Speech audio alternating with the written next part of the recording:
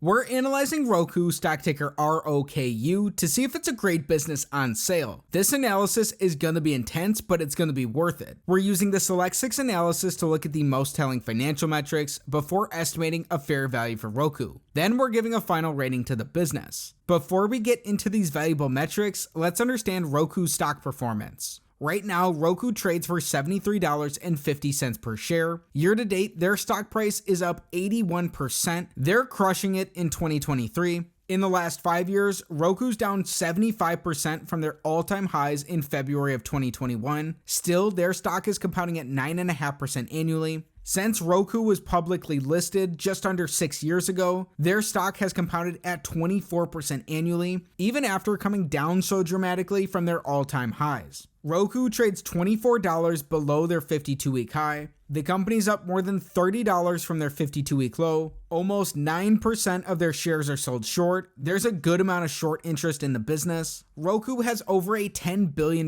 market cap. But the burning question is, why should we be paying close attention to Roku? Roku is the leading streaming platform in the United States by hours watched, with 87.4 billion hours of content streamed in 2022. The firm's operating system is used not only in Roku's own hardware, but in co-branded TVs and soundbars from manufacturers like TLC, ON, and Hisense. Roku generates revenue from advertising, distribution fees, hardware sales, OS licensing, and subscription sales. Roku was incorporated in 2002 and it's headquartered in San Jose, California. Now with that understanding, let's get into the numbers. Starting with metric number 1, we want Roku's average return on capital in the last 5 years to be above 14%. The average business earns around a 7% return on capital. Looking for a benchmark that's double this can build in margin of safety based on the quality of the business. Roku's posted positive returns on capital in just one of their last 5 years. This may have to do with how return on capital is calculated, as Roku still has negative earnings. 2021 was an exception for the business, however. Potentially discouraging here is their most negative returns on capital were in their most recent fiscal year. This is something you'd want to dig into a little more to understand in depth. This is an X starting off on metric number 1 for Roku. Metric number 2, we're looking for growth. We want to see revenue, net income, and free cash flow growth through the last 5 years and up until today. This metric's all or nothing. All three need to be up to be a check. In this time, Roku's revenues have more than quadrupled. Their net incomes have been negative in all of these years besides 2021. They got more negative in 2022. That may be unfairly penalizing Roku as a growing business, especially if they're reinvesting a lot of their capital. So it's worth noting Roku's gross profit has quadrupled over this time as well. The company's also maintained gross margins above 40%. Roku posted positive free cash flows in 2 of these 5 years, both in 2020 and 2021. Those were negative in 2022 and they're negative today, meaning like their net incomes or their earnings, those are down. Because both of those are down for Roku, this is an X on metric number 2. Keep in mind that Roku's pretty heavily focused on growth and reinvestment in the company. Metric number 3, we're looking at Roku from the view of an individual shareholder. We want to see earnings per share growth in the last 5 years. Roku's earnings may not give the most accurate picture of this business, yet they're still negative today and they're far more negative than they have been in their past. Roku's also diluted shareholders by 32% over this time. This may be painting with a broader stroke than usual, but this is an X on metric number 3, as their earnings per share are down over this time.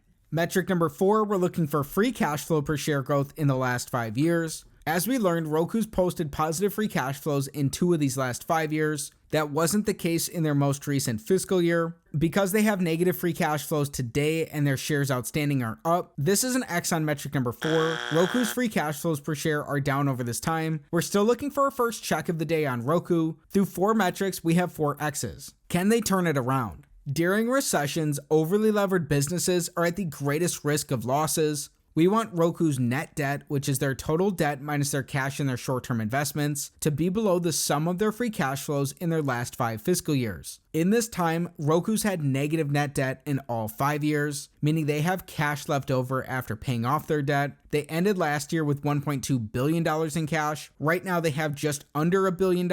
When we add up all their free cash flows, Roku's generated $36 million worth of free cash flow. The company has a cash cushion and they've been cash flow positive. This is our first check of the day on metric number 5. Worth noting is that Roku's currently consuming cash in their business. They have shown through a couple years of profitability that they can generate free cash flows. Some of this depends on the rate of reinvestment back into their business. The big metric of them all, metric number 6, we want Roku's average 5-year free cash flow divided by their enterprise value to give us a yield that's above 5%. If this is the case, this gives a slight risk premium to the yield of the 10-year treasury. It's the first of 2 different ways we're estimating a fair value for Roku. Right now, Roku has a $9.4 billion enterprise value. This accounts for both their market cap and their net debt position. In Roku's case, it's taking $1 billion off of their market cap because of their cash left over. It looks at Roku similar to it being a private company. We learned in the last 5 years, Roku generated $36 million worth of free cash flow, meaning they generate around $7 million of free cash flow in an average year. Keep in mind that's an average and their free cash flows have been lumpy. They really haven't been that close to that average. In the years where they had positive free cash flows, they were more than $100 million. Still, when we divide their average free cash flows by their enterprise value, it gives us a very tiny average free cash flow to enterprise value yield. On a current basis, Roku consumed nearly $500 million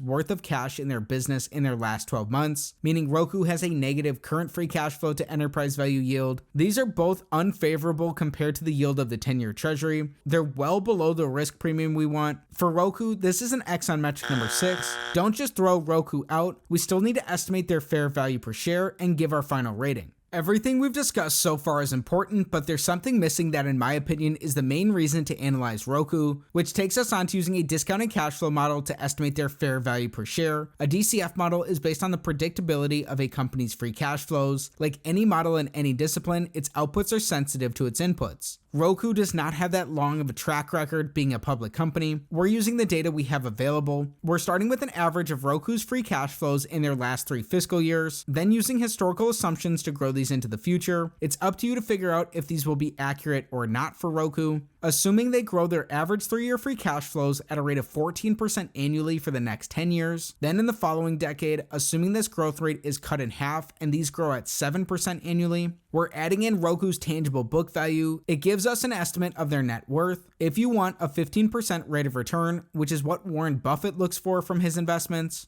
if today's valuation multiples are the same 20 years from now, an estimate of Roku's fair value per share is around $19. That's down a lot from the company's $73.50 share price. It's also about half the price of their 52-week lows. Keep in mind this is a rougher estimate than usual because Roku doesn't have that long track record like some other businesses. Most importantly, this analysis is not financial advice. It's not a buy or sell recommendation of any security. Consult with your financial advisor before making any investment decision. In just a minute, we'll give our final rating to Roku, but we need to address something first. We've covered the numbers, but the qualitative factors may be even more important for Roku's business. What are they? Well, let's find out. Looking at the factors supporting a long thesis, number 1, Roku should be able to leverage its growing active account base to get better advertising rates. Number 2, Roku's streaming service neutral stance should continue to attract both new streaming services and customers. Number 3, Roku is well positioned to take advantage of the secular trend toward increased streaming content in the United States and abroad. But we'd be remiss if we didn't cover the negatives of the business as well. Looking at the factors supporting a short thesis, number 1, Roku's competitors are much larger with considerably more resources. If they focus heavily on the streaming platform market, they could blow Roku away by competing on price and features. Number 2, Roku is highly dependent on smart TV manufacturers that can easily swap out the Roku operating system for another competing platform.